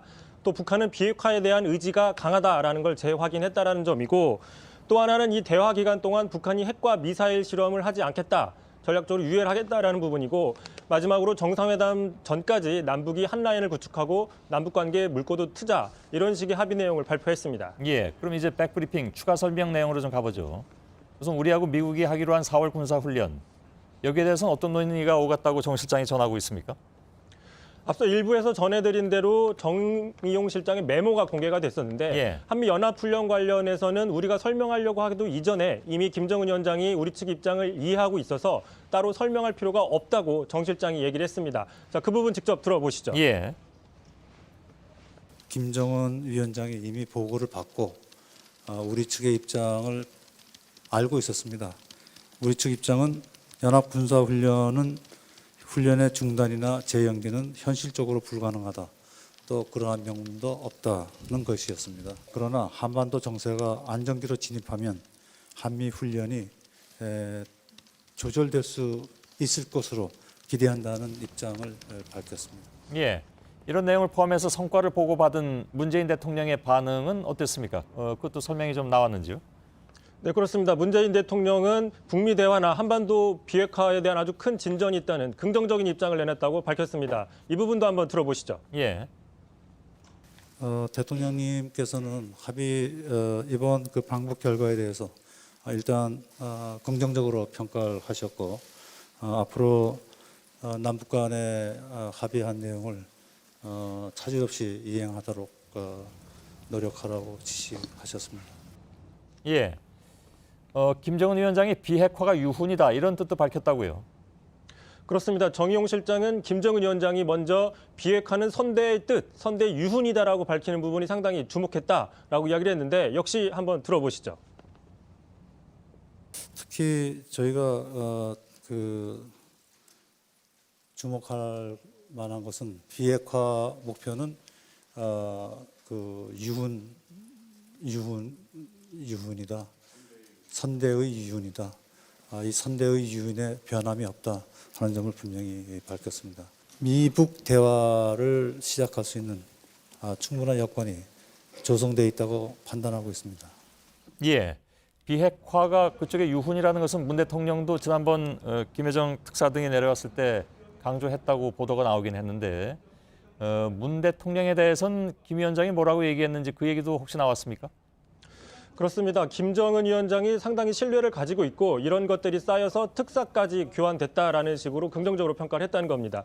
정용 실장의 마지막 들어보시죠. 예. 우리 문재인 대통령님에 대해서 상당히 신뢰를 갖고 있는 것으로 그렇게 언급했습니다. 그 과정에서 친서도 교환하고 또 특사도 교환하면서 두 정상 간의 신뢰가 많이 쌓였다고 믿고 있습니다. 예, 특사의 추가 설명 내용을 이성대 기자가 전해드렸습니다. 수고했습니다. 네, 지난해 서울의 한 대형 교회 목사가 신도 수십 명에게 성폭력을 행사했다는 의혹이 불거졌습니다. 그런데 목사 성폭력을 제기한 신도들이 교회에서 오히려 꽃뱀으로 불리면서 2차 피해에 시달리고 있습니다. 한 신도가 해당 목사를 경찰에 고소하고 취재진과 실명 인터뷰를 했습니다. 신진 기자입니다. 지난해 공개된 일명 김기동 목사 X파일입니다. 신도수가 1만 명에 달하는 성락교회의 김기동 목사에게 성폭력을 당했다는 여성들의 사연이 등장합니다. 김 목사 측은 사실이 아니라고 해명했지만 실제 피해를 당했다고 주장하는 신도들이 나타났습니다. 터치를 하고 있다는 게 느껴졌고 뭔가 만지는 것 같은 그런 느낌이 느껴졌는데 그럼 왜 만지는 거지? 하지만 해당 신도들은 근거 없는 비난에 시달렸습니다. 저에 대한 욕을 되게 많이 썼었거든요. 사진을 인터넷에 그냥 아무 모자이크 처리 없이 사람에 대한 아예 피해의식이 생기고 이에 김 목사 측은 교회 재산을 빼앗기 위한 음모라며 설교를 통해서도 해당 사실을 부인하고 있습니다. 검사, 판사가 내 일생 60년간 일해온 실적을 그대로 증명해 줄 겁니다. 뭐 있을 거라고 뒤집어보고 그럴 것이라고 뒤집어도 한 가지 찾지 못하지. 기다려보는 거예요. 기다려보는 거예요. 뇌롱. 피해를 호소한 신도들에 대한 2차 가해가 이어지면서 한 신도는 실명 인터뷰에 나섰습니다. 20년 동안 성락교회를 다닌 이진예 씨는 지난 2016년 5월 김 목사에게 기도를 받던 중 성추행을 당했다고 주장했습니다. 목사님이 이제 다리를 이제 쫙 벌리시고 저를 이제 의자로 이제 이렇게 다리 사이로 이렇게 끌어당기시면서 스무스하게 이렇게 내려가서 배를 집중적으로 이렇게 막 만지시더라고요. 주물르기도 하고 막 쓰다듬기도 하고. 이 씨는 피해자들이 2차 가해에 시달리는 것을 보고 가만히 있을 수 없었다고 밝혔습니다. 피해자 가족의 자식들까지 다 공개가 된 거예요. 그리고 막 꽃뱀이다, 뭐 의도적으로 접근을 했다, 하나님을 욕보인 저주받은 애들이다. 이 씨는 지난해 12월 김 목사를 강제추행 혐의로 고소해 경찰 수사가 진행 중입니다. 김 목사 측은 사실 무근이며 오히려 협박을 받고 있다고 주장했습니다. JTBC 신진입니다. 네, 문제가 커지자 해당 교회 신도들은 자발적으로 설문조사를 했습니다. 그 결과가 좀 충격적입니다. 신도 100명 가운데 6명꼴로 교회에서 성폭력을 당했고 목사에게 직접 피해를 당했다는 신도가 13명에 달합니다. 계속해서 전영희 기자입니다. 목회자 부부를 대상으로 김기동 목사가 펴낸 수필집입니다. 목사는 공인이다. 사모가 독점할 수 없는 사람이다. 아내에게는 남편의 성적 요구를 거절할 권리가 전혀 없다 등 황당한 내용이 곳곳에 있습니다. 김 목사가 펴낸 또 다른 책도 마찬가지입니다. 일부 신도들은 성에 대한 김 목사의 왜곡된 인식이 성폭력으로 이어졌다고 주장했습니다. 성인하고 성관계를 할 때 다른 사람의 생각을 할 때가 있다는 얘기를 하시는 거예요. 갑자기 이렇게 시세를 하시는 거예요. 이거가 쏙 들어오니까. 지난해 11월 김 목사에 대한 성폭력 의혹이 제기된 직후 교회 내 개혁협의회 법무팀이 벌인 설문조사입니다. 응답자 절반이 교회 목회자의 성윤리 의식에 대해 심각하다고 답변했습니다. 특히 조사에 응한 신도 중 5.9%가 교회에서 성추행과 성폭행을 당했고 누구에게 피해를 당했냐는 질문에는 13명이 담임 감독인 김기동 목사를 지목했습니다. 일부 신도들은 신분 노출로 인한 피해가 우려되고 목회자를 고소하는 일에 대한 심리적 부담이 크다고 밝혔습니다. 주의종의 비리라든가 뭐 이런 것들을 드러내면 하나님을 욕보이는 거다. 자손 대대로 저주받아서 교통사고 나서 일찍 죽더라. 김 목사 측은 개혁 협의회에 대해 교회에서 자신을 음해하는 세력이라는 입장입니다. JTBC 전영입니다. 네, 한 여성이 대형마트 주차장에서 주부를 대상으로 강도짓을 하려다가 실패하고 달아났습니다. 그런데 경찰이 범인을 잡고 보니까 여장을 한 남성이었습니다. 여장을 하면 범행 대상에게 쉽게 접근할 수 있어서 벌인 일이라고 했습니다. 구석찬 기자입니다. 모자를 쓰고 검은 옷을 입은 남성이 병원을 기웃거립니다. 여자 화장실에 들어가더니 순식간에 분홍색 상의와 레깅스를 입고 나옵니다. 48살 이모 씨는 이렇게 여장을 한 채 지난 2일 낮 부산의 한 대형마트 주차장에 나타났습니다. 장을 보고 차에 올라탄 주부에게 흉기로 위협하고 금품을 빼앗으려 했지만 경적을 울려대자 황급히 달아났습니다. 경찰은 현장에 떨어진 범인 마스커에서 DNA를 확보했는데 검사 결과 남성인 이 씨로 드러난 겁니다. 이 씨는 범행 장소에서 5km가량 떨어진 이곳 범일동 철길을 찾아 여장에 썼던 옷가지들을 버려두고 사라졌습니다.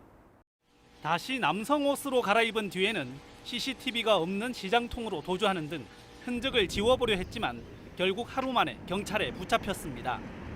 이 씨는 여성들의 경계심을 풀고 경찰의 추적을 따돌리기 위해 여장을 했다고 진술했습니다.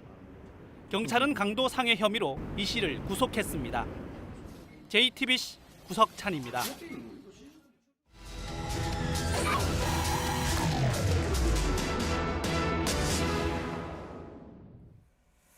방학 동안 성면 철거 공사를 한 일부 학교에서 성면 잔재물이 검출됐습니다. 개학과 입학식이 미뤄졌고 학생과 학부모들 불편불만이 이어지고 있습니다. 1차 카메라 김도훈 기자입니다. 학생들로 시끌벅적해야 할 새학기 등굣길 교문은 이렇게 굳게 잠겨 있습니다. 안내문에는요, 공사로 인해서 시설 이용을 전면 통제한다는 내용이 붙어 있고요. 바로 옆에는요, 공사 일정으로 입학식과 개학을 한 달 뒤로 늦춘다는 내용도 붙어 있습니다. 그 이유는 바로 겨울방학 공사 과정에서 발생한 성면 잔재물 때문입니다. 지난달 성면 철거 직후 학부모와 환경 시민단체가 채취한 실효 성분 분석에서 발암성이 강한 갈성면과 청성면이 검출됐습니다. 어머님들이 딸마다 나오셔가지고 감리자가 출근을 했는지 쭉 지켜보셨거든요. 굉장히 철저하게 했었어요. 그럼에도 불구하고 나왔다 그래서 저희가 되게 많이 충격을 받은 거죠. 학사 일정은 한 달 뒤로 미뤄졌습니다. 학교 측은 문제가 없다고 합니다. 오히려 학부모들이 과민 반응이라는 입장입니다. 이게 질은 아무 이상이 없어요. 물티슈 같은 걸 아무데나 막 닦고 하셔가지고 그거를 공식 업체가 아닌 또 다른 대학에 맡기셔서 거기서 나온 결과를 갖고 이렇게 되었거든요. 학부모들은 환경단체와 함께 어제 시료를 수거해 2차 성분 분석을 의뢰했습니다.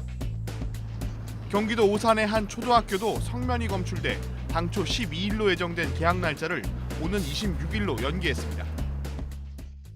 문제가 된 곳은 건물 1층 행정실에서 오른쪽 유치원 쪽으로 가는 복도 바닥에서 성면 잔재물이 검출되면서부터였습니다. 모두 9개의 의심 시료를 채취해 분석을 맡긴 결과 8개에서 성면 잔재물이 검출됐습니다.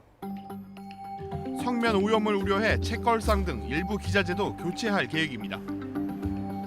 경기도 용인의 한 초등학교에서도 성면 잔재물이 건물 밖에서 발견돼 개학이 열흘 늦춰졌습니다.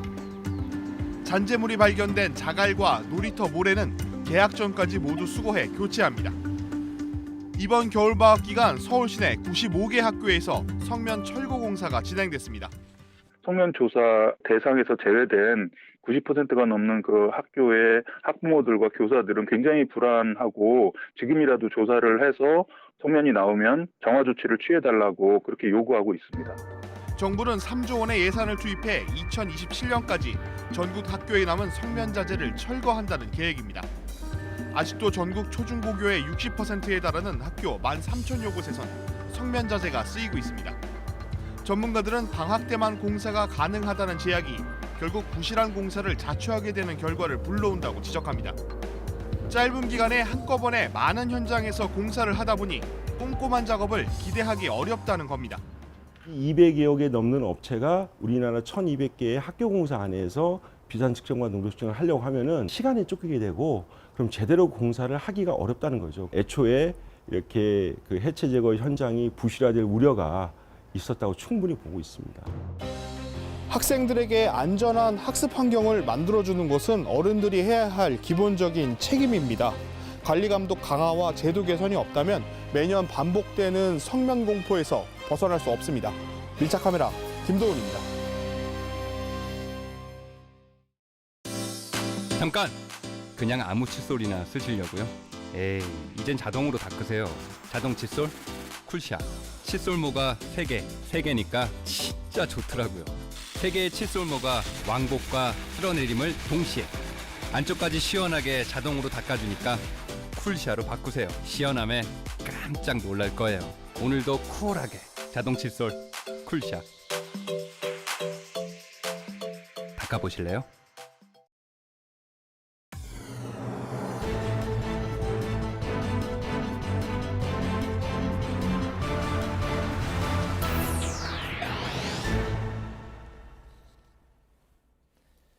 뉴스룸의 앵커 브리핑을 시작하겠습니다.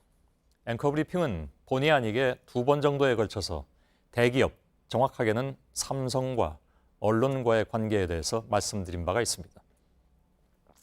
오늘 앵커 브리핑은 역시 본의 아니게 지난 2번의 앵커 브리핑을 다시 꺼내보게 됐는데 그 이유는 마지막에 말씀드리겠습니다. 2년 전인 2016년 7월 세간의 뜨거운 이슈는 이건희 삼성 회장의 성매매 의혹이었습니다. 세간의 관심은 이 문제를 저희가 보도하느냐에 있었죠. 물론 그 문제를 다룬 뉴스는 보도해 드렸습니다. 그리고 7월 25일자 앵커 브리핑에서 저는 당시 저희들의 고민은 그 기업이 어느 기업이고 그가 누구냐에 있지 않다고 말씀드렸습니다. 그리고 힘 있는 대기업이 그 힘을 가지고 언론사들의 자율성을 침해한다면 그것은 정당하지 않다는 의견을 말씀드렸고 삼성이 받고 있는 의심이 바로 그런 것이라고도 말씀드렸습니다. 그리고 2번째 앵커 브리핑은 바로 작년 이맘때인 2017년 3월 20일에 해드렸습니다. 그때 말씀드린 것은 오랫동안 고민해왔던 문제에 대한 저희들 나름대로의 답변이었습니다. 지난 몇 년간 대부분의 사람들이 저희 JTBC와 특별한 관계에 있다고 믿고 있는 특정 기업, 즉 삼성의 문제를 보도한다든가 매우 굳건해 보였던 정치 권력에 대해서 앞장서 비판의 목소리를 냈을 때 저희들의 고민이 없었다고 할 수는 없다는 것이고 그에 따른 반작용도 감수했어야 한다는 것이었죠. 교과서적인 뻔한 얘기 같지만 그런 고민들이 결국에는 언론인들이 좌절로부터 살아남는 목적이고 명분이었다고 사뭇 비장하게 말씀드렸던 기억입니다. 이미 알려진 것처럼 당시엔 대통령까지 나서서 저희들의 뉴스를 바꾸라고 바로 그 기업, 삼성의 수장에게 압박을 넣던 때였습니다. 그러나 이미 결과로 나타난 그대로 그 기업의 수장이든 누구든 그 기업 자체든 저희들에게 그 어떠한 압력을 행사할 위치에 있지 않습니다. 요 며칠 사이에 미투 운동을 보도해드리는 와중에 이런 저희의 보도들이 특정 기업, 다시 말하면 삼성의 허물을 덮어주기 위한 것이라는 이른바 음모론이 등장했습니다. 그 근거로 제시된 것이 제일모직 상장 과정에서 삼성의 3남매가 막대한 차익을 얻어서 후계 승계와 관련된 것으로 보이는데 삼성 측의 로비를 받은 공중파 방송들이 이를 보도하지 않았고 JTBC도 동의했다는 것입니다. 그리고 장충기 전 삼성 미래전략실 사장과 언론사 간의 유착관계를 보여주는 문자 메시지 건에 대해서 보도하지 않았다는 것 등이었습니다. 그 대신 저희들이 안희정 충남도지사의 성폭력 사건을 키웠다는 것이죠. 저희들은 이미 삼성의 제일모직 상장 과정에서 촉발된 문제점, 특히 그것이 후계 승계와 관련돼 있을 것이란 우려를 당시에도 3차례나 보도해드렸습니다. 따라서 이런 문제에 반성이 필요하다면 그것은 그때 이를 보도하지 않은 해당 방송사들의 몫일 뿐 JTBC를 굳이 끼워 넣을 필요는 없다는 것입니다. 장충기 전 사장과 언론사 또 국가기관 간의 문자 메시지로 드러난 유착관계 의혹도 마찬가지입니다. 저희들은 이미 당시에 5차례 이상이나 보도해드렸습니다. 그 밖에 이건희 회장의 차명 계좌 건에 대한 검찰의 수사 착수는 이미 단독으로도 전해드린 바가 있죠. 이런 문제들이 다시 뒤늦게 수면 위로 떠오르는 것은 지난 시절 삼성이란 대기업과 언론사 간의 유착관계에 대한 의혹을 제기하는 과정이겠지만 거기에 저희들이 대상이 될 이유는 없으며 더더군다나 미투 운동에 대한 음모론에 이용되는 것은 도무지 이해하기가 어렵습니다. 다시 작년 3월 20일에 전해드렸던 저의 앵커 브리핑의 마지막 부분을 인용해 드리겠습니다. 저희는 특정인이나 특정 집단을 위해서 존재하지 않습니다. 시대가 바뀌어도 모두가 동의하는 교과서 그대로의 저널리즘은 옳은 것이며 그런 저널리즘은 특정인이나 특정 집단을 위해서 존재하거나 복무하지 않는다는 것입니다. 저나 기자들이나 또 다른 JTBC의 구성원 누구든 저희들 나름의 자긍심이 있다면 그 어떤 반작용도 감수하면서 저희가 추구하는 저널리즘을 지키려 나름 애써왔다는 것입니다. 비록 능력이 모자라 못할 수는 있어도 생각을 바꿔서 안 하는 경우는 없을 것입니다. 오늘의 앵커 브리핑이었습니다.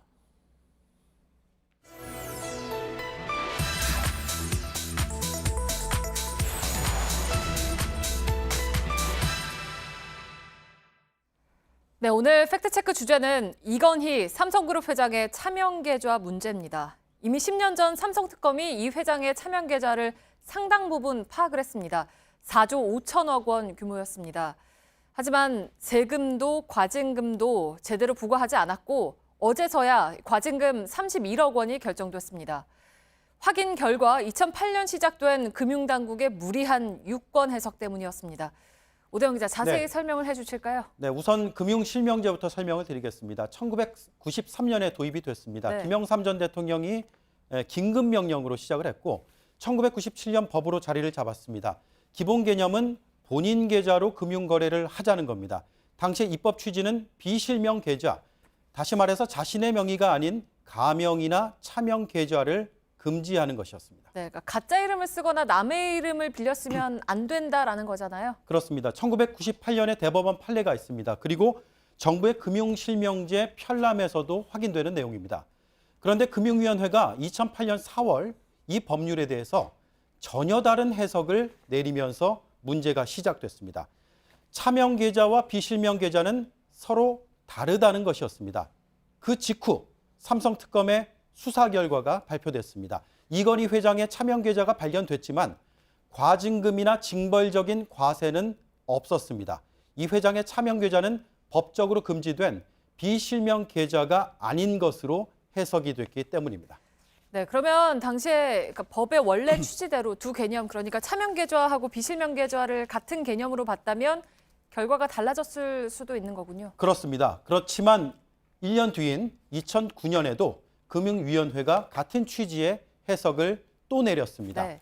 금융실명법을 집행하는 금융위가 법에 대한 해석을 바꾸면서 결과적으로 제대로 된 조치가 이루어지지 않았다는 지적이 나옵니다. 2008년에 또는 2009년에 그런 해괴한 유권 해석이 나오지 않고 그때 제대로 했었더라면 조준웅 특검 때 거둘 수 있었던 배당소득이나 이자소득 그리고 차명 주식에 대한 증여세 지금보다 훨씬 많았어요. 네, 지난해 12월 정부의 금융혁신위는 삼성 비자금 처리 결과가 차명 계좌의 해석상 혼란을 초래했고 이건희의 면죄부를 부여했다. 이렇게 발표를 했습니다. 네, 그러면 금융위의 유권 해석이 달라지지 않았다면, 그러니까 제대로 해석을 했다면 이건희 회장은 과징금이랑 세금을 얼마를 냈어야 하는 겁니까? 그 금액을 특정할 수는 없지만 규정상으로만 보면 이렇습니다. 네. 2008년에 당시 과징금이 없었습니다. 세금은 일반 소득세 38%가 부과됐습니다. 네. 하지만 차명 계좌를 금융실명법상 비실명 계좌라고 판단했다면 1993년 이전 계좌에서는 과징금 50%, 또 전체 차명 계좌에서는 이자 배당 소득 등 세금 99%가 매겨졌을 겁니다. 네, 그러니까 38%하고 99%는 차이가 상당히 큰 건데 그러니까 법 해석 하나로 이렇게 달라질 수가 있다는 거잖아요. 네. 금융위의 판단이 그래서 이렇게 자의적이라는 비판이 지속적으로 제기가 됐습니다. 네. 그리고 지난해 말에 국감에서 금융위가 말을 바꿨습니다. 네. 올해 2월 법제처가 최종적으로 유권 해석을 냈습니다. 차명 계좌는 곧 비실명 계좌고 그래서 매길 수 없다던 과징금을 매겨야 한다라는 것이었습니다. 네, 그러니까 결국 지난 10년 동안 금융위가 이건희 차명 계좌에 사실상 면죄부를 줬다라고 볼 수 있는 거고 네. 그러면 앞으로는 이제 어떻게 진행이 되는 겁니까? 일단 과징금을 더 매길 수 있을지는 불투명한 상황입니다. 네. 어제 결정된 31억 원은 1993년 이전에 만들어진 차명 계좌에 대한 것이었습니다. 법적으로 과징금은 1993년 때까지만 대상으로 하고 있습니다. 그래서 이 기한을 연장하는 내용의 법안들이 여러 차례 나왔지만 네. 폐기됐습니다. 최근 다시 법 개정이 추진되고 있습니다. 이와 별개로 세금은 부과될 가능성이 있습니다. 삼성 특검 때 거둬들이지 못한 부족분을 내라고 국세청이 통보한 상태입니다. 네, 팩트체크 오대영 기자였습니다.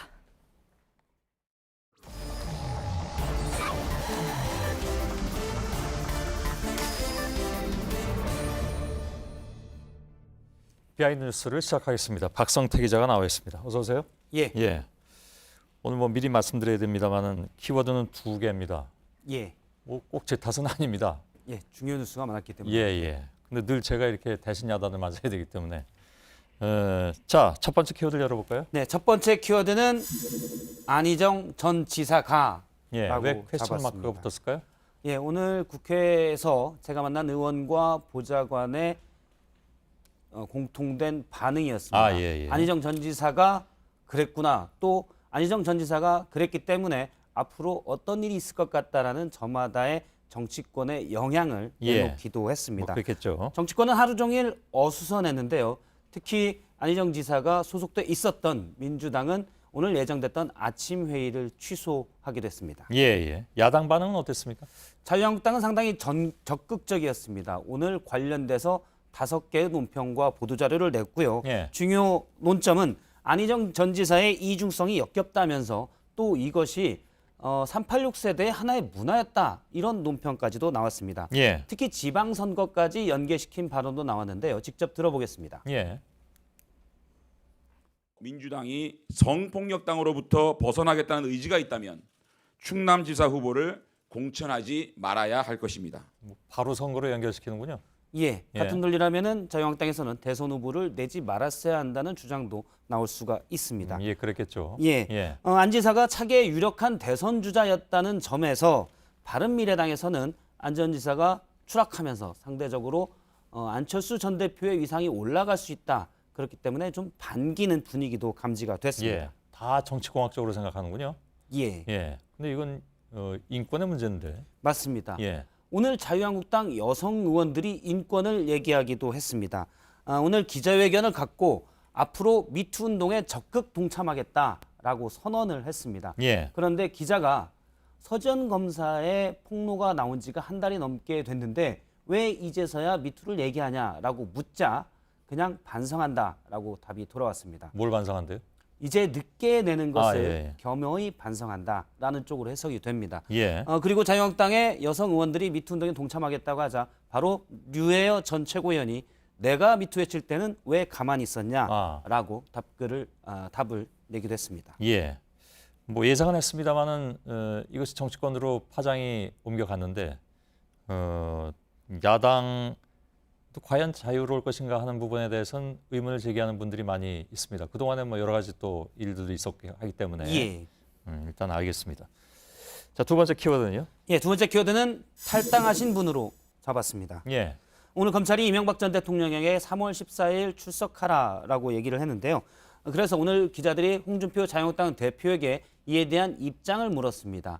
그러자 홍 대표가 짧게 이명박 전 대통령을 시사하면서 탈당한 분이라고 언급하고 나갔습니다. 사실 이명박 전 대통령은 지난해 초 그러니까 박근혜 전 대통령이 국회에서 탄핵소추가 의결된 뒤에 자유한국당의 전신인 새누리당을 탈당했습니다. 홍준표 대표는 이전에도 탈당한 분이기 때문에 당 차원의 대응은 안 하겠다. 다만 개인 차원에서 소셜미디어에 검찰의 수사가 정치보복이다라면서 당시에 이제 망나니 칼춤이라는 가격한 표현도 쓰면서 분노를 표출했었는데 오늘은 짧게 탈당한 분이란 말만 언급을 했었고요. 자유한국당에서는 이전 대통령 수사에 대해서 정치보복이라는 논평이 상당히 많았는데 최근에는 이 전 대통령의 뇌물 액수, 혐의 액수가 커지고 정황이 구체화되자 논평이 줄어드는 모습입니다. 예. 근데 원래 이제 그 홍준표 대표하고 이명박 전 대통령은 굉장히 가까운 사이였잖아요. 예, 그렇습니다. 90년대 후반에 선거법 위반으로 나란히 국회의원직을 내려놓으면서 미국에서 잠깐 같이 있었습니다. 홍준표 대표가 자서전에 그때 많은 도움을 받았다라고 얘기한 바도 있고요. 그 인연으로 2007년 대선에서 홍 대표는 당시 이명박 전 대통령의 핵심 측근으로 요즘 문제가 되고 있는 BBK 사건을 맡아왔습니다. 그렇죠. 지난 대선 때 그래서 홍준표 대표는 이명박을 대통령으로 만들어준 것은 사실 나다. BBK 사건 막아줘서 대통령이 됐다라는 말을 유세 때도 얘기하곤 했는데요. 지금 검찰 수사가 점차 좁혀오자 지금은 탈당한 분으로 규정이 됐습니다. 딱 4글자로 정리가 되네요. 탈당한 분. 박성태 기자였습니다. 네, 내일 오늘보다 기온이 낮고 일교차가 큽니다. 제주와 전남 해안 쪽에는 밤부터 비가 예보됐습니다. 저희들은 내일도 최선을 다하겠습니다. 여러분 고맙습니다.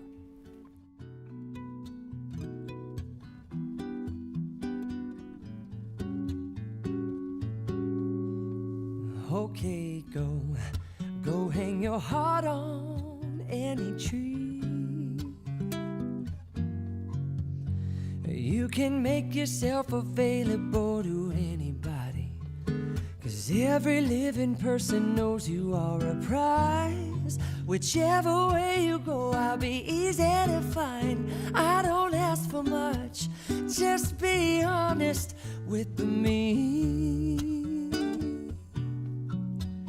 I don't ask for much,